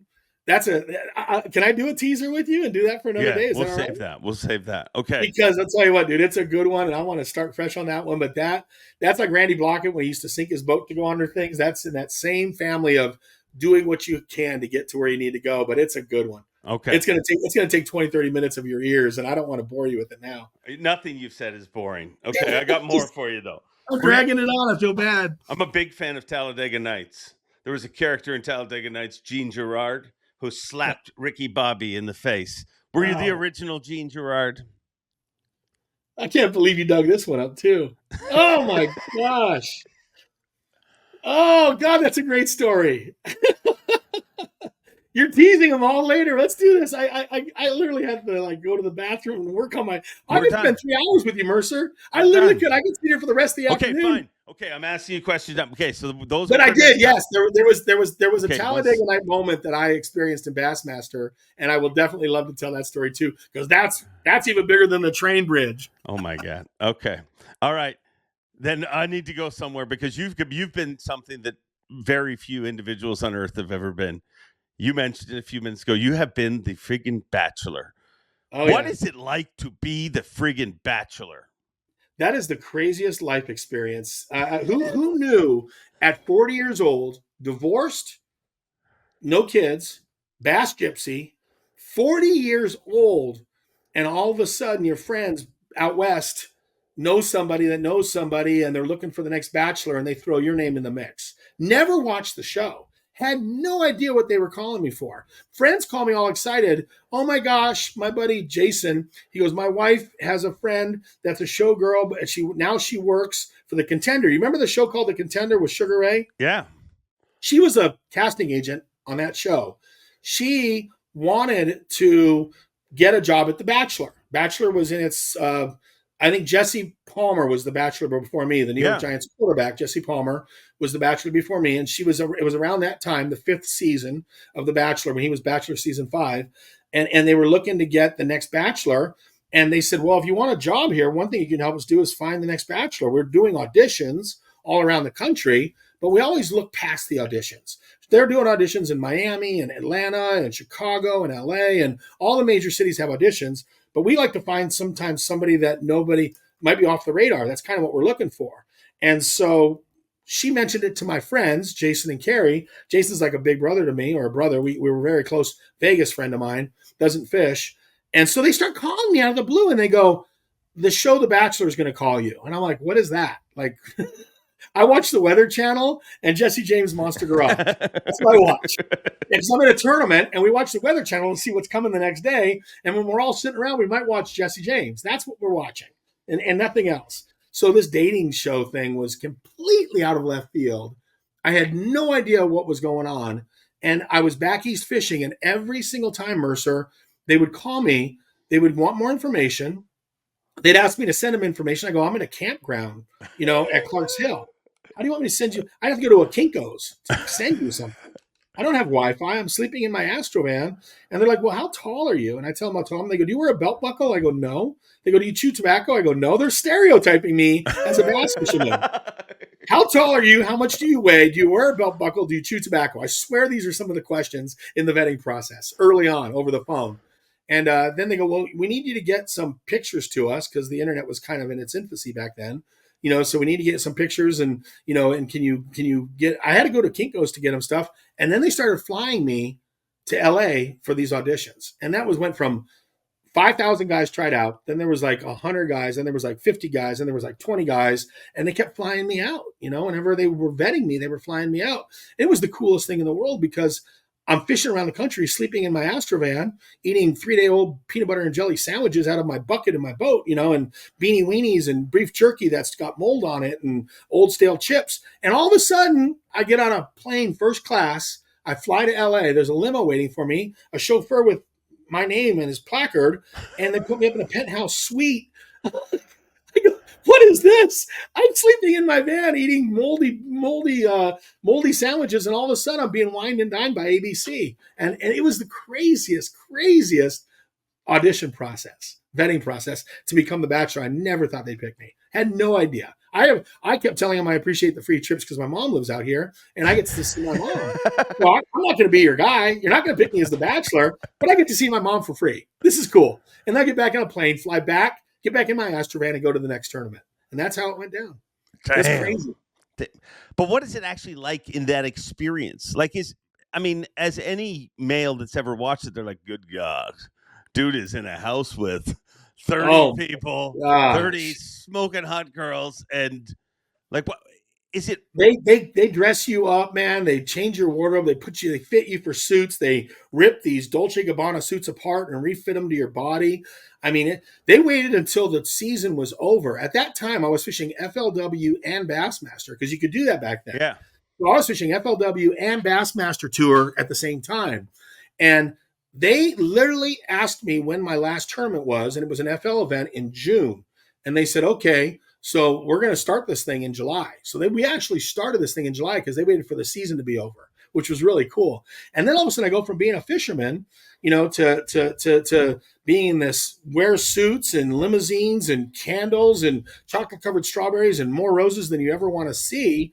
And this dating pool. And that's what they sold me on. They said, are you dating currently? And I go, no, I've traveled around the country fishing. And they go, well, are you looking to date? And I go, I'll tell you that I was once married because at the time I was divorced. I go, and I was in my happiest place when I was fishing around the country, knowing that there was somebody, that ring on my finger committed me to somebody and it felt special, and that's gone. Now I'm just fishing and I don't have the ability to date because I'm kind of a bass gypsy. And at that time, they said, well, we're going to introduce you to 25 women that we've done a full background check on. This is like they called it the cleanest dating pool. That's what they said. They said, if you were going to go on a dating service, imagine a dating service where we spend about $10,000 to $12,000 on every one of these girls so that we know everything about them before you meet them. That's what they sold me on. And I was like, I can't believe you're picking me. But if you're picking me and I end up being the guy, maybe there's somebody waiting for me at the other end of this experience. That's how it started. And it was crazy, Mercer. Crazy. Oh, I could only imagine. But you're not really answering my question. But what I'm saying is what happens in the friggin' fantasy suites? Oh, gosh. You're cutting right to the core. Well, I can tell you what does it. You're on camera all the time with these girls. So when the fantasy suite actually happens, when you're down to that dating process where, you're power dating. You do a lunch date with 3 or 4 girls. You do a breakfast date. All it is dating. Evening date with 1 or 2 specific people that you want at one time. And you're whittling down from 25. You might like 2 or 3 girls, 4 girls that you really kind of feel something with. The other ones you don't. It's 25 women. And you're not. I was 40 years old. I'm not here to play the field. I'm not here. I really believe, Dave, that if I was in this experience, they picked me, there must be somebody waiting for me at the other end of this. There must be something happening here. It's like I believed that this wasn't just, you don't just get drunk and have a party here. I was 40 years old. I've been drunk plenty of times. I've had plenty of parties. Yes, you have. I don't need to do this at 40. Basically, like my mom would have said, don't screw this up. Maybe there's somebody good at the end of this experience. And that's how I looked at it, was don't screw this up. Like, I'll tell you a funny story. I had gone multiple episodes without kissing anybody. And I remember I went on a date with one really great girl. And at the end of the date, I reached over, I moved in, and I gave her a kiss on the forehead. Well, that didn't go over real well. And my producer, Jason Carbone, walks up after the show and he grabs me and he kisses me on the forehead. He's got these big glasses, bald head, and he goes, "What in the F was that?" He goes, "This is a dating show. I kissed my grandmother on the forehead. This is a dating show. You need to kiss these girls." And I'm like, I wasn't feeling. I mean, I gave her. He goes, "You don't kiss a beautiful girl. Isn't she beautiful?" "Yeah, she's beautiful." "Isn't she doesn't she look good tonight?" "She looks great." "Well, give her a kiss. Give her a kiss. Don't kiss her on the forehead like I kissed my grandmother." So I was getting scolded for being too pious, if you will. Well, and to your point, the fantasy suite, literally, the cameras are off you, the microphones are off you. It's the first time you get to talk to the person, the very first time, without a camera in your face and a microphone on your neck. It was such a relief just to be able to put on a pair of sweats and be like, "Oh my God, we're off camera," because you are never off camera. And that's 2 months into it when the fantasy suite happens. And literally, you are just glad to not have a producer in your ear, directors all around you, microphones hanging from you, and a stupid camera on you all the time. Nothing happens off camera in that show. Like everything, they have infrared cameras at night watching to see if I would leave the pool room. I was in the pool house, Kobe Bryant's old house. So we were up at Kobe's old house is where we were filming it. Damn. And I had the pool house, and there was the mansion, and they had infrared cameras and people watching the whole night to make sure no girls came to the pool house or I didn't leave the pool house. Just because anything that happens has to happen on camera, or else it blows the whole show. Wow. Yeah. So imagine that 2 months of being on camera all the time. No cell phones. No news, no television, no cell phones, nothing. You are cut off from civilization, electronically cut off from the world. Like no cell phones, no emergency. You could check in with your mom and your family, immediate family, but they didn't even have televisions there. It was all dating for 2 months. Crazy. Wow. I feel so bad for you. I know you do. These I know girls ain't gonna kiss them. I'm not trying to get any sympathy here. It's not. It wasn't miserable, but it was weird not having and there were cell phones. It was the old little brick ones, the old little primitive ones. But you had a primitive cell phone. It was just you weren't allowed to have them. I snuck two in, and they found the second one in a limo one night because I had two of them, and I had one I confiscated. I brought the other one in, and I left it in the limo one night when I got too drunk, and that was bad. I mean, dude, I remember at the time. I mean, I wasn't a big Bachelor watcher, but I watched that whole season because I mean, I think, Pete, like if you say that there's a lot of young pros that have like if you say even and the Bachelor then was like you were a Bachelor when it was super cool to be a friggin' Bachelor. It was one of the first reality shows. You know what I mean? Like it was an incredible time, but I think it did a lot for the sport of fishing. I mean, it highlighted. I mean, I remember there was a lot of jokes about that from different people. This guy's a fisherman, but I also remember, the sport of fishing got forefront, on a major show. It was pretty cool. 15 million people watched me go on dates with these girls on my boat and take them fishing. 15 million people. And I remember right after I came out of it, I went to Irwin Jacobs because at the time I was with Ranger. Yeah. Took me to a big event at Walmart, Bentonville. And I think it was Guy Ecker or Jimmy Houston, and one of the guys, they go, "Dude, you turned us all into a knitting circle." All of us are calling each other on Thursday saying, "I can't believe he picked her. Why didn't he give her a rose?" He goes, I had just come out of the experience. They go, "You have turned the whole tour into a damn knitting circle." And everybody on Thursday morning is trying to figure out why you did or did not pick a certain girl. Like he goes, that was the funny part. It's like, I didn't realize that you can't imagine Jimmy Houston watching The Bachelor, but he's like, I got to see that guy. I know, I fish with him. I know that guy. And, Hank and everybody else. And it was really weird. It was really, really weird. It was. And dude, I remember, I mean, obviously you were just Byron to all of us as I got to know you years later and stuff, but you go to Vegas with you, and dude, it shocked me. Cause as a guy, I don't think you realize the power of The Bachelor. But dude, we'd walk through the club, and it was literally and you would watch it happen while we were in the club. I remember being in this suite, and we're all hanging out, and like a couple of people would come, a couple of girls would come over, and they'd, "Oh, that's him," and word would spread through. Like it was crazy. If I had that opportunity, dude, I would have totally lost touch with reality. I mean, I would still. Why are you so shy about it? Like, why? Like, you know what, Mercer? You learn to hate it. I had an experience. We're flying in the private jet. They give you a G5 private jet to fly in when you go on these dates. Not allowed to fly commercial because this is all covert operation stuff. P. Diddy, no, not P. Diddy. Sorry, that would have been bad. Oh, it's 50 horrible. Cent had just Dude, had you just almost on the jet. exploded this podcast. Yeah, that would have been bad. No, I never met him. I mean, I don't- this would have been our Cat Williams episode. I mean, Byron Velvick is a P. Diddy story. No. It was a 50 Cent. No, I never met him. Don't know anything. I don't have any lotion. I've never been no freak offs, nothing there. But 50 Cent had just been on the plane. And so they got off the plane with 50 Cent and them at Burbank. And I'm getting on this plane to fly across the country.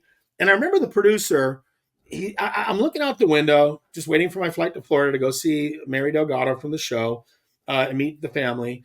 And the producer sits up next to me and he goes, I got to have the talk with you. And I'm like, what's the talk? He goes, are you looking out that window right now? He goes, you see all those houses down there? And I'm like, yeah. And he goes, 7 out of 10 of those houses are going to know who you are when this show airs. Or he had like some number, like 6 out of 10 houses in the household. He knew the ratings, right? He knew how powerful the show was.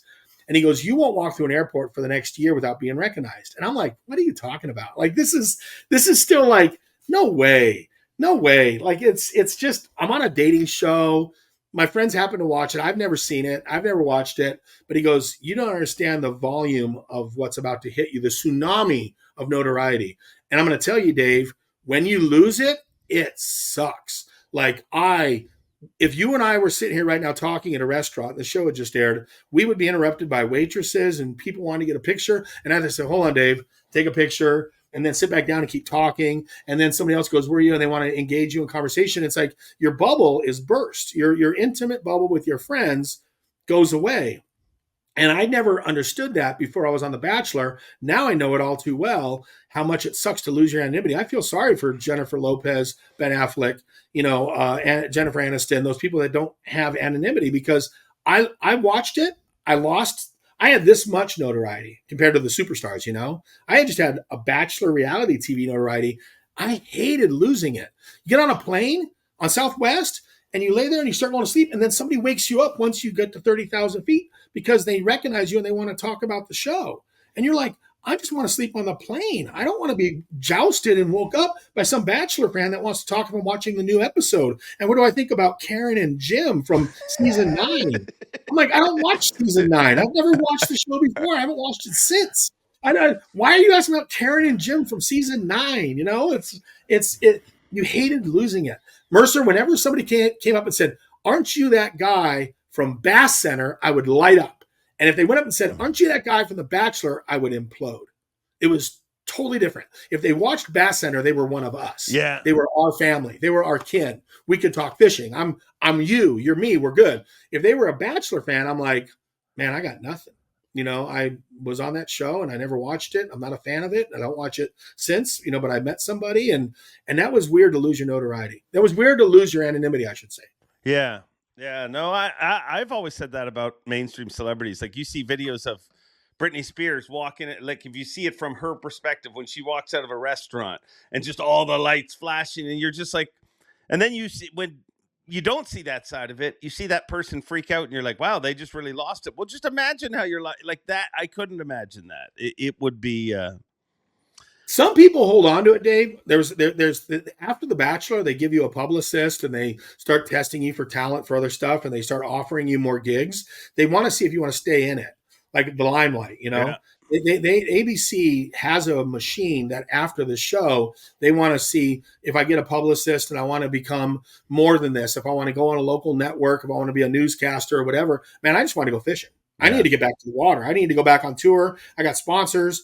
I'm going right back into what I've done for 30 years. I'm not about to all of a sudden try to become an actor. But they said some people, that becomes their whole identity. After The Bachelor, all they want is notoriety. All they want is to be, I couldn't wait not to be recognized fast enough. Whereas there's people that they identify, they want to marry into it. They want to stay famous. They want to, in any kind of fame that they have, and become more famous. And man, I couldn't get out of it quick enough. I swear. It was just crazy. Your life is crazy, dude. I got one really crazy story. You want to hear the ultimate crazy Bachelor story, which is very timely right now? Yeah, bring it. I'm on The View.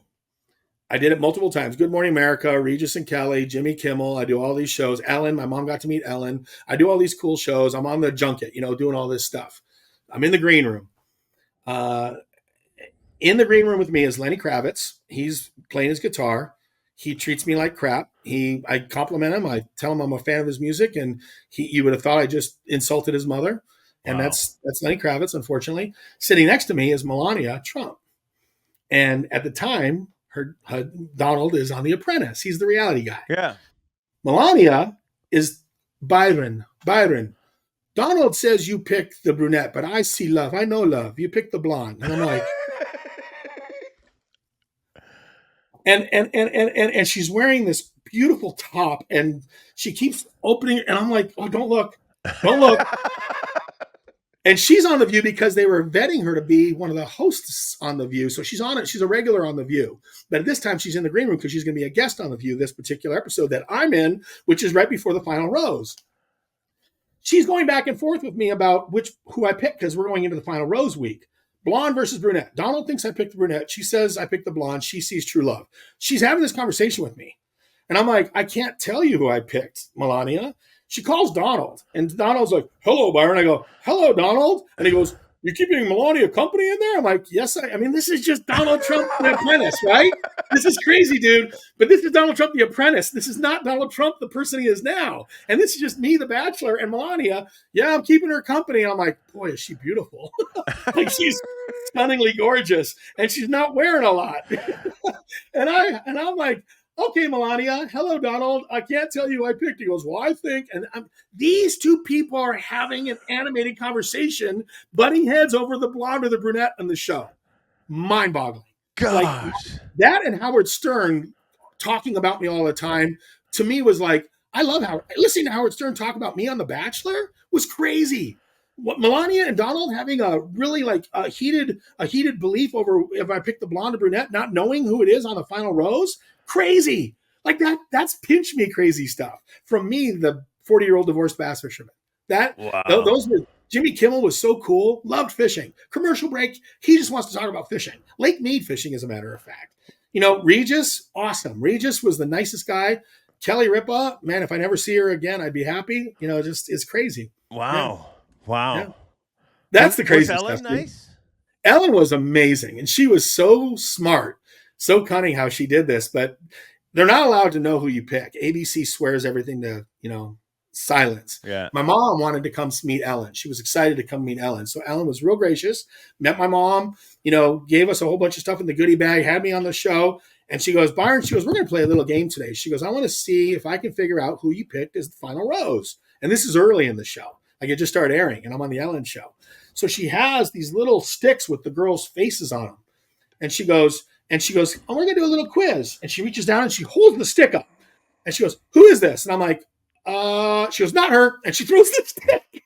And she's trying to figure out, like, if I say, well, that's Mary, or that's Cindy, or that's Janet, and so and the crowd's laughing because she's giving me this quiz with these popsicle sticks with the girls' heads on them, trying to ascertain, who I picked. And Dennis Miller, he blew me away because he had a cable show and I wasn't ready for the profanity to come. So Dennis is a huge Bachelor fan, and he became a friend afterwards all through that whole experience. Like, who would have thought Dennis Miller was a massive Bachelor fan? Wow. See, that's what's weird. To go on those shows is one thing. You're like, hey, they booked me because I'm on this other show. You know how the business works. But to hear Donald Trump, just know that there was a time in history that Donald Trump was like, did you pop the popcorn? It's about to go on here. Why is that crazy? It's ridiculous. It's surreal that this is now a Trump. The fact he became president of the United States. I mean, I'm laughing going, I interacted with him and her on a final rose conversation in a green room for The View. Like, to your point, it's those people. Dennis Miller, I did the Emmys and I did all these different award shows. And every time I would see him anywhere, he would beeline to me and he wanted to hear all the behind the scenes stuff. Like, he goes, hey, Byron. I go, Dennis, this is at social events in LA. And he goes, tell me more about this particular girl or that girl or the producers. What did they do on that one episode? Why did this happen? I'm like, man, you are watching every episode. Like, you really are into this. And I would tell him the backstory of everything that happened. And he'd die laughing. He goes, oh my God. Yeah. Wow. Well, I said at the beginning of this show that I think you're going to become a regular, and I mean, I guess it's up to you. But dude, I'd love to come back. you If need I to didn't come have the back here U.S. more. Open, if I literally got a boat outside and it's like Yeah. I'm going to go through all my tackle and finish it, but this is the best 2 hours, and I'm sorry it went 2 hours. But dude, No, it was great, dude. It was all good. I will gladly come back and talk about the slap hurt around the world, the fishing world, Okay. and cutting down the railroad bridge, and crazy more Bachelor stories if you want. I don't care. It's like Skeet. I don't have a filter. You know, I don't have anything. I just enjoy our rapport, and I love talking to you, man. You and I could go on for the next 3 hours. Well, we will go on again in the future. And hey, I don't know if you've paid attention, probably not, but there's a streak going this year where people do this podcast and then they win a tournament. Justin Hamner did it. Takumi Ito did it.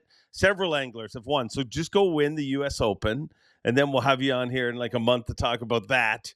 And dude, that would be epic if that happens. I mean, if you can beat forward-facing sonar, if your mojo can beat flat brim hats and forward-facing sonar, this will be a magical experience right here. I'll give you all the credit in the world. We'll talk before every tournament I go to. You will be a god in my eyes if I win the U.S. Open. A god. All right. Well, everybody watching, put out some good juju for him. Put positive thoughts, because Byron Velvick, you have had an incredible life, and I'd like you to be part of the future of this show. So go win that tournament. Check out Byron's Bunker on eBay. Byron's Bunker on eBay, because when I don't win the tournament, I need to sell all of this stuff. I need to sell all of this fishing tackle in order to support my family. Yeah, his daughter's got to go to college. Help her out. Byron's Bunker on eBay, man. I look forward to selling a bunch of stuff to those people, and hopefully I win it and I have stories more to tell. But let's do it again, please. For sure, Dave. For sure. Thanks, dude.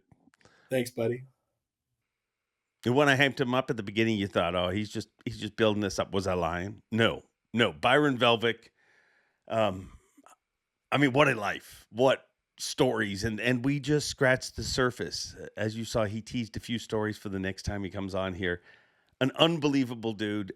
I always say that life is just about collecting memories. I mean, that's what your life is for. And that dude has collected a lot of memories over the years, and given me a lot of memories. Some of the most memorable nights, some nights that I don't even remember have come from evenings with Byron Velvick. But what an incredible dude. And I think what stands out to me, though, is all of these opportunities, everything that he's chased and dreamed, and opportunities that have been doors that have been opened for him.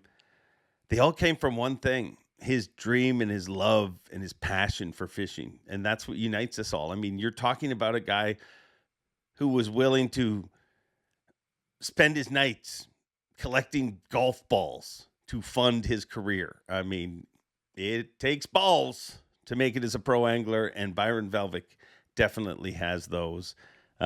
I hope you enjoyed this show. It was a lot of fun for me. And this is the part of the show where I tell you to like, comment, subscribe, review, do all those sort of things. Hey, and a lot of our streaming viewers, we got more people watching this on stream than we have watching it on YouTube. Do me a favor, write some reviews, because that helps us be cool in the streaming circles. But as always, leave a thumbs up, leave a comment, a question. Let me know what you think of this show. Help me stroke the algorithm. I don't know why the algorithm's like that. Just stroke the algorithm. And I'll see you next week. Until next time, enjoy being, and as always, Bob Cobb, take it away. Thanks for watching. Please like, comment, and subscribe, because Bob Cobb of the Bassmasters told you to. You hear?